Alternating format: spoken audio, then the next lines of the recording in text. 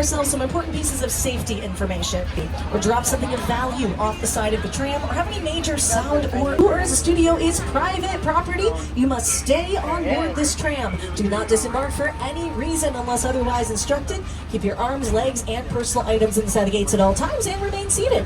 As a reminder, there's no smoking, vaping, or use of selfie sticks. So I guess pedal the metal here. We're going to be heading down into our timeline and kind of go over a little history of where it all began 60 years ago. On March 15th, our founder, Carl Lemley, invited the public into the studio to watch silent movies being made. Guests could walk from set to set and marvel at the new technology involved in filmmaking. But with the invention of sound and the need for quiet on the set, the original walking tour ended. But in the 1960s, under leadership of company chairman Lou Wasserman and executives Al Dorskin and Jay Stein, the idea of reviving a tour of the studio returned when the Gray Line bus tours originating in Hollywood made a stop at our gates. On July 15, 1964, the first of our red and white candy-striped glamour trams took 67 passengers on a 2-hour driving tour of the Universal Lot, and the world-famous studio tour was born. We started with 2 drivers, 2 guides, and 1 ticket seller, working out of a trailer on Lancashire Boulevard. From there, the studio tour expanded with fantastic, one-of-a-kind Hollywood elements like the burning house and the rock slide, which were in this area of the lot back in the 1970s and 80s.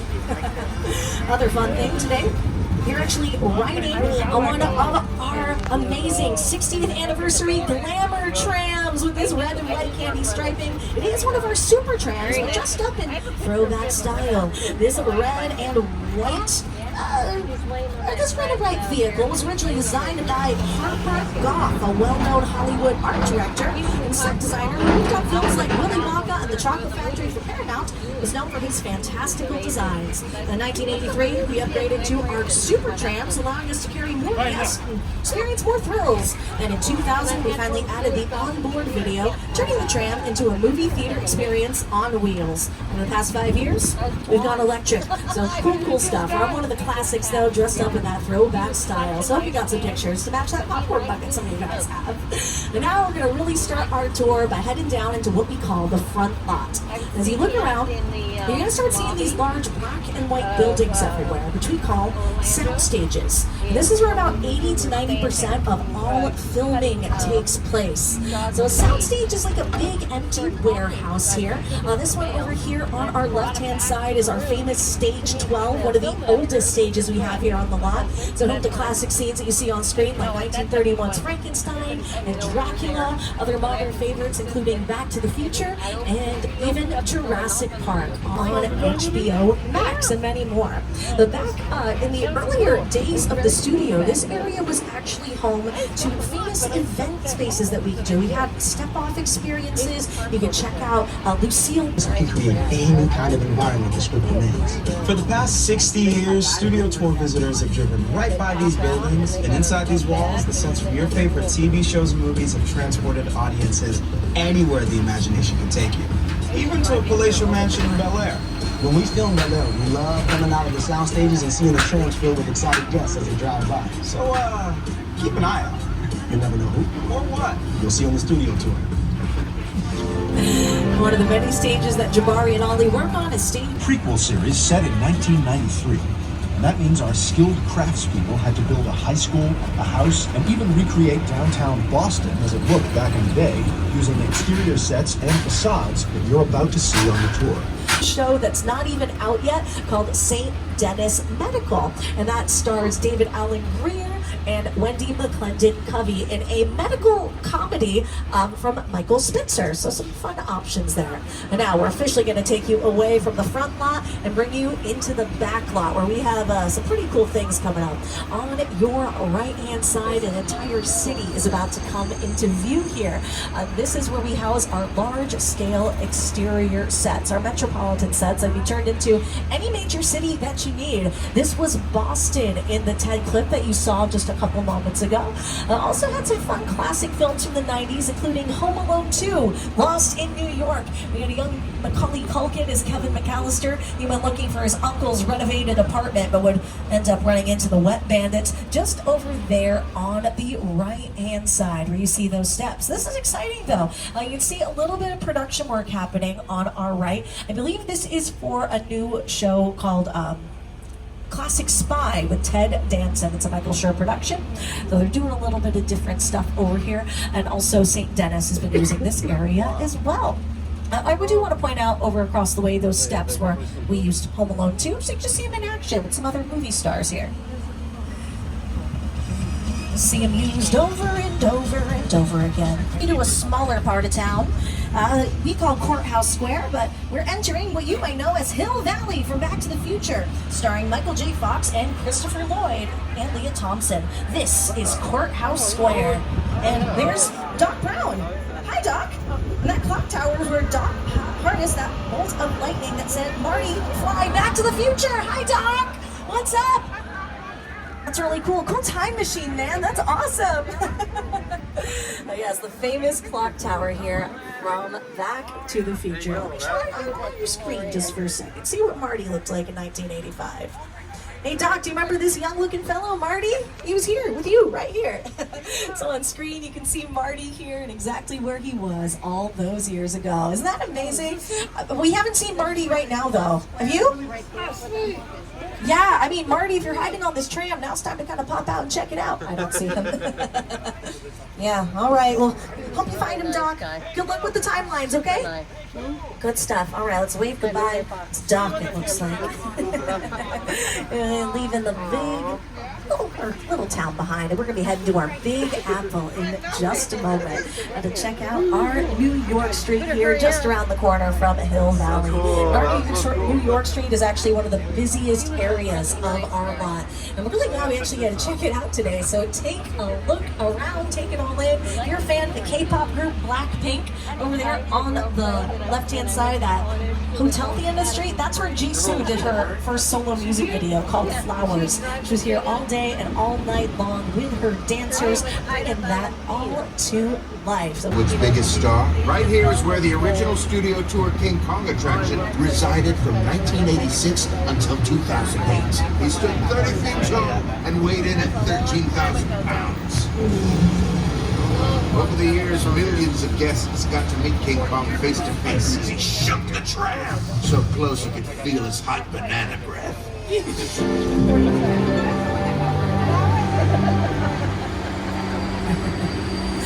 Good stuff there. It is based on New York itself.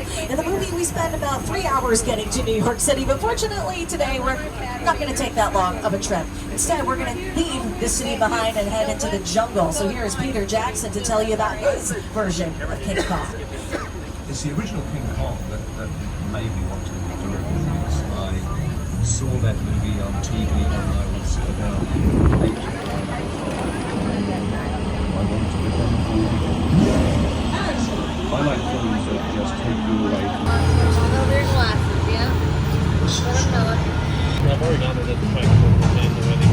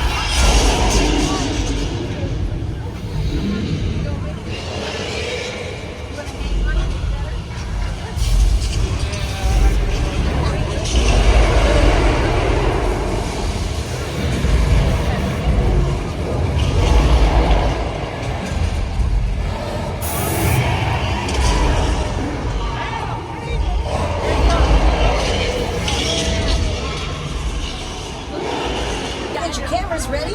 As we are about to show you a little bit more of studio tour history. Look at that. on your right are the Runaway train and collapsing bridge. The collapsing bridge is a mechanical effect that the trams used to cross. The hydraulic support beams would split and the bridge would seem to collapse. The Runaway train was originally located on our western sets, and it used to hurtle toward the tram and come to a screeching halt.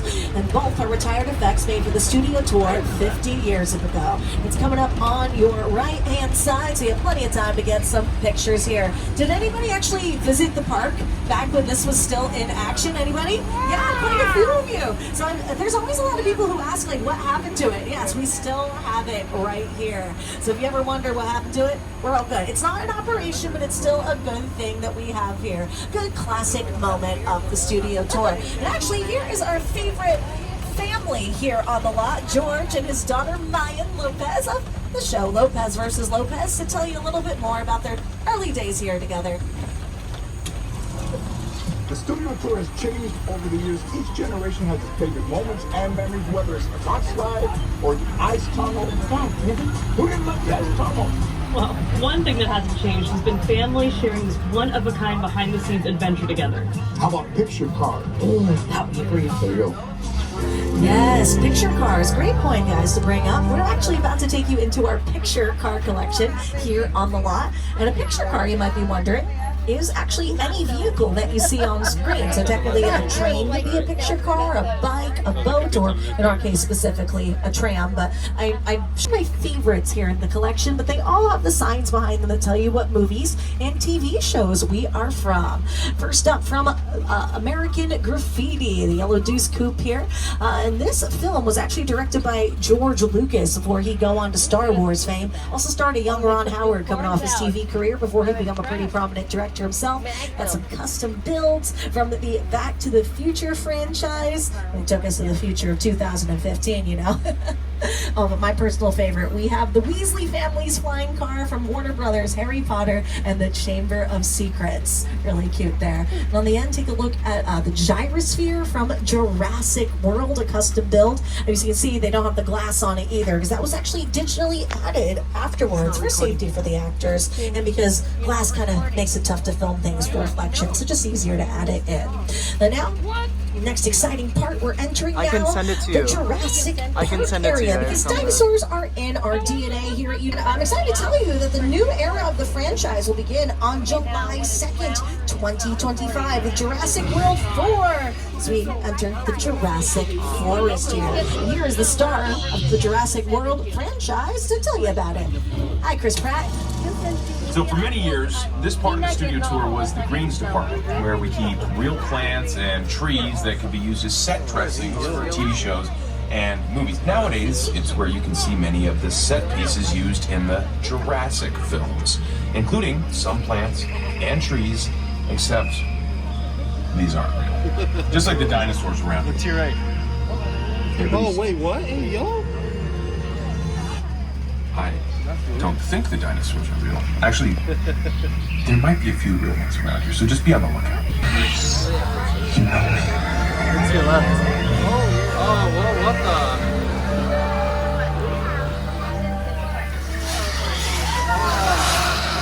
Oh, come on! Oh yes, we were just having fun checking out some of the real props from, of course, the Jurassic Park franchise. They used practical effects there, but now we're actually going to take you into another area and show off a practical effect. And here, to take you into our classic attraction here on the back lot, the Flash Flood. Here's today's show co-host and weather anchor, Al Roker. Time for my favorite. No way! Weather. When it comes to film and TV, it is truly a special effect. In fact, to demonstrate how weather effects are created, we debuted our first major attraction here on the studio tour way back in 1968.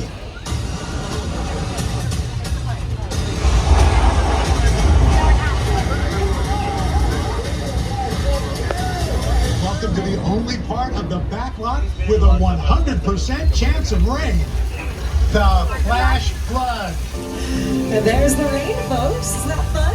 It's actually coming from sprinkler. If you look up, you can see it sending that rain up and over so it comes down all nice and gentle.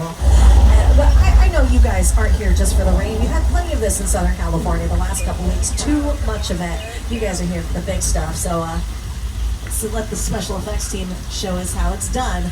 Here comes our favorite attraction from 1968, the Flash Flood in all of its glory. Woo! Take cover, folks!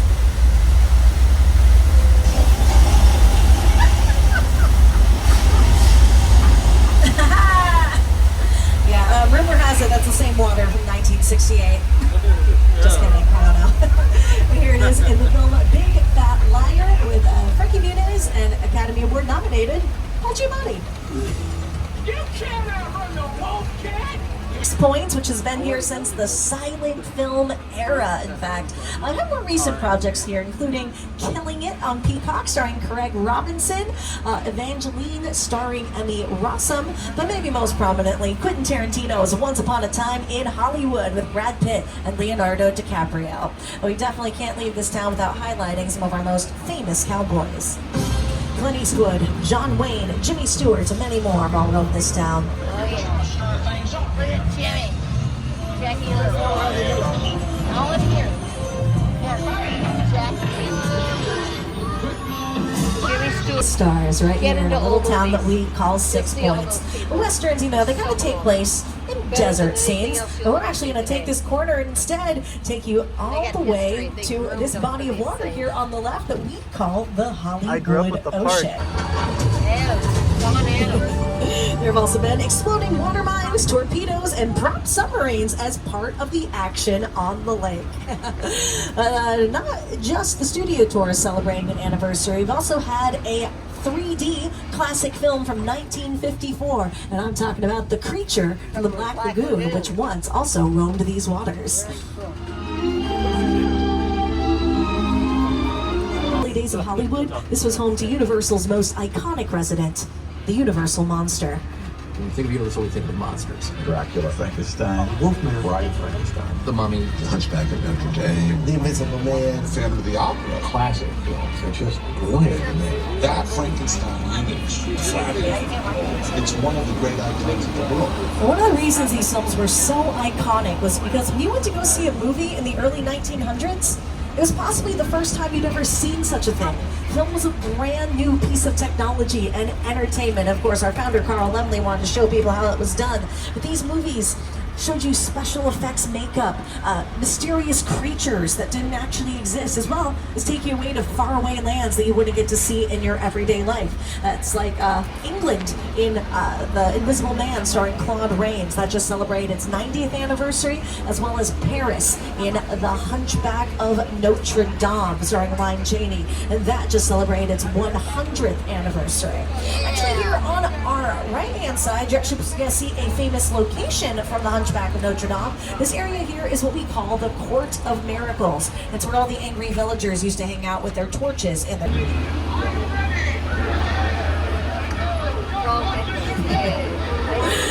Good stuff with those angry villagers. You know, halfway through the tour or so. So once again, if you need anything at all, please reach up, grab that red emergency cord above you. I'll come help you out as soon as it is safe to do so. But otherwise, our time together. Oh, it looks like we're actually pulling up on stage 50 here, which is pretty dang exciting because we haven't been able to go in here for quite some time. This was formerly the home of our earthquake attraction. I know so many of us have loved that earthquake attraction. And have you been on that? You like it? You miss it? Yeah, lots of people have been like, we haven't been on that in a long time. And the reason we got rid of it was because we were renovating this to become a new state-of-the-art soundstage. But we actually have some filming in progress signs, but there's a green light, so we should be fine to check it out. So this is brand new, folks. We've completely renovated Soundstage 50 to a modern, fictional subway station. But like I said, this is a live set, folks. We don't want to do anything to mess it up. Make sure you hang on to your loose belongings because we're not going to be able to get back in here if you drop anything. So just letting you know. And while we're going to hang out on here, and take a look around, see all the set design. We got some cameras, we got some costumes over there. And remember, this is a hot set, meaning it's completely ready, locked for picture. And we're, they're all in here just waiting for the director to call action. Oh. Okay, Okay, folks, I'm not the director. I didn't mean to call. Action. Hold on tight, folks. I think it's gonna get crazy here. Ah!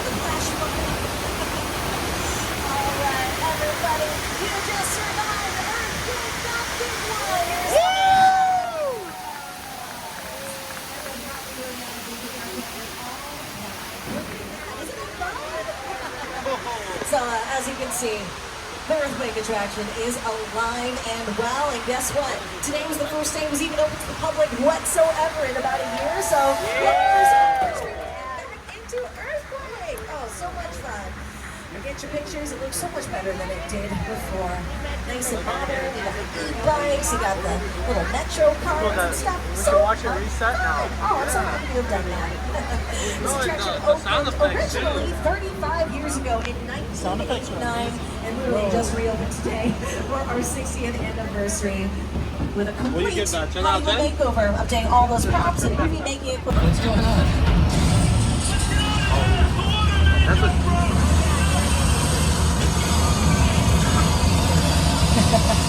Oh, look at all those people getting splashed by that water. Actually, it's time for us to kind of take a little cruise past a beach here ourselves. It is closed, and I'm sure dark. But you know what? That was like almost 50 years ago. We should be fine. Wait, do you guys hear that music?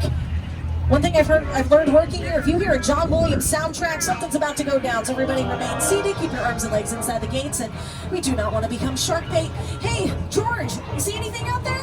That's my buddy George. He's doing a little George, there's something in the water! No! This is terrible! No! Oh dear, that red stuff can't be good, can it? Oh man. George? George! You know what, we're gonna need a bigger tram, and I'm gonna slowly have Marvin drive this tram a little further away. We're not gonna make any sudden movements in this. But you know, Amity needs friendship, so maybe we can just try to befriend the shark. It'll be a good time. Oh. Alright, that can't be good either. I hear they keep like bait.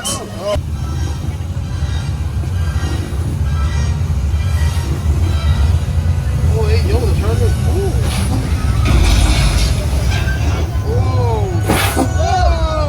Christmas movie that would have been, huh? Instead, it was pushed back to the summer and ended up becoming one of the highest grossing films of all time. The highest, in fact, at the time of its release, so not bad for a 26-year-old Steven Spielberg, huh?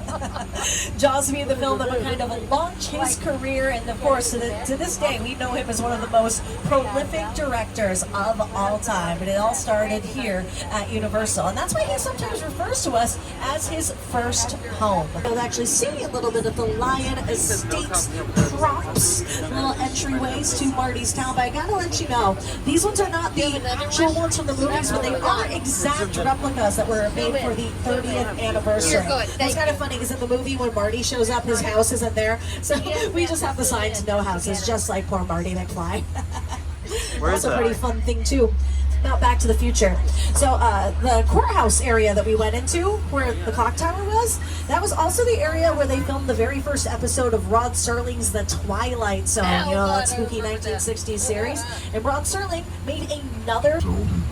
I began hanging out at Universal during my summers. When I went to college nearby, I continued to come on the lot and try to become a director. Universal sort of is my birthplace.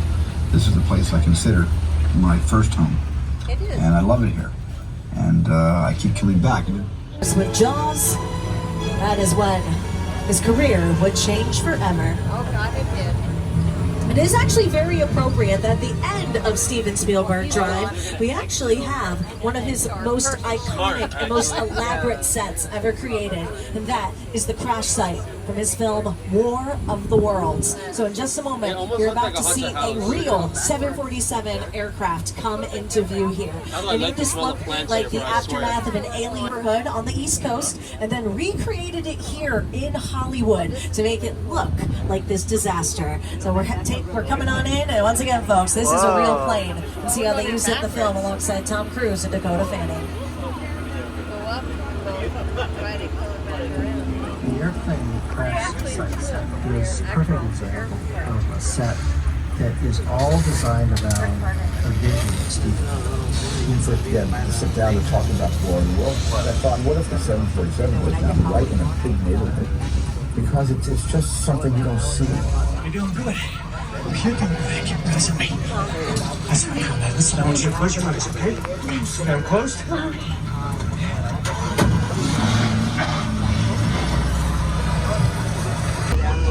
So even though this plane was used in like 5 minutes of film, it's still, because of its scale, one of the most iconic movie sets in Hollywood history. And actually, from one great movie set and one great director to another, coming up here on your right-hand side is actually one of the most recognizable sets here in Hollywood. And this is the home of the notorious Norman Bates from Alfred Hitchcock's Psycho. I dare you to look up in that upstairs sun window. Mother might be home. This film definitely terrified the audiences in the 1960s because people saw things on screen they had literally never seen before, including the very first flushing toilet. But honestly, that's not that terrifying. We're actually going to take a little closer look at the Bates Motel and a little bit more, because actually right now, for the first few, we're actually going back to see something pretty cool, pretty iconic, because for the first few decades of the studio tour, one of our hallmarks was to visit a prop plaza where guests could disembark for a once-in-a-lifetime photo experience and interact with characters, vehicles, and props from their favorite productions. So guess what? For our 60th anniversary, we've brought that opportunity back. Alright, so remember, this is going to be a limited stop, and when you are ready to continue your tour, simply follow the signs and you'll be boarding possibly a different tram. It might be the same one, because I think we're the first ones out of here, so you might come back with me anyway. So make sure you bring all your personal belongings. Bring your 3D glasses as well, folks. Alright, I'll see you on the other side, okay? Have fun out there. Take lots of pictures. Bye. We're getting off the tour. What? Watch your step on the way out, please.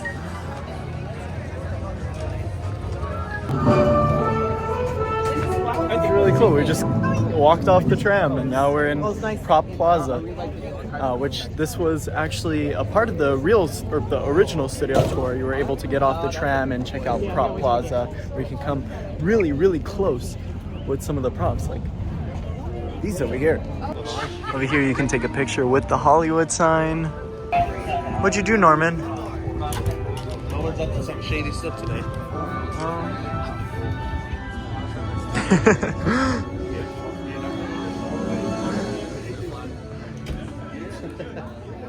And this is a real glamour trim. So awesome. Oh my goodness. What? This is sick. This is so cool. And we're about to take a picture with Bruce, the shark. This whole thing is just so awesome. I'll be ready to go, but hey everybody, how y'all doing out there? What do you think of our 60th anniversary experience? Woo! Okay, Well, we're going to be ending our tour in just a few short moments, and once again, I'm Dimitri, your driver is Caleb. No. What's that, Miracle? Well, you'll have to see our movie to answer that one. Until then, I hope you enjoy your visit to Jupiter's Clay. But a little further down, you can see the brand new Star Lasso experience, built to showcase an unbelievable new live show.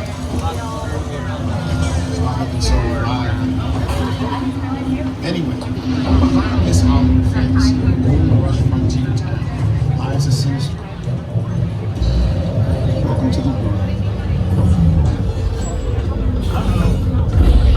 $1 Million Man starring Lee Majors with Andre the Giant as Bigfoot. The train would climb to an imaginary elevation of 12,000 feet. The only way back to the theme park was through the ice tunnel, where the slightest sound could trigger an avalanche, and it always did, causing the walls to spin and tilt along with the Hollywood special effect. But for now, folks, we are shifting our gears, we're switching our lanes, and we're heading into the Sullivan's Truck Repair Garage to meet up with our Fast and Furious tramily. So here's the situation, folks. Slightly. First of all, I don't work for you. Oh, really? Well, tell me, Roman, who do you work for? We don't work for nobody. So much for celebrating 60 years with the studio tour with us. For 6 decades, we've been doing a cycle look into Hollywood. From TV's first golden age to our current era of streaming and binge-watching your favorite shows, as movies get bigger and bigger on the screen, we've given you exclusive access to ride the movies. No matter how much entertainment changes or how much we experience it, we'll always be here at the studio tour to show you how it's done. Our 60th anniversary is special to us because these studio tours where it all began for universal destinations and experiences. From our 2 glamour trains traveling around the studio in the summer of 1964, we have developed into so much more, including 7 parks entertaining millions of guests every single year, and the upcoming Universal Epic Universe in 2025. We'd like to acknowledge all the studio tour ambassadors, drivers, and studio guides throughout history who have helped to make our studio tour world famous. The first 4 guides and drivers to the hundreds of team members who support the tour today. Well, folks, we have officially come to the end of our tour. So, as we head back into the theme park, it's time to roll some credits and wrap things up for today. So, as we head back to the theme park, folks, just a few more quick things.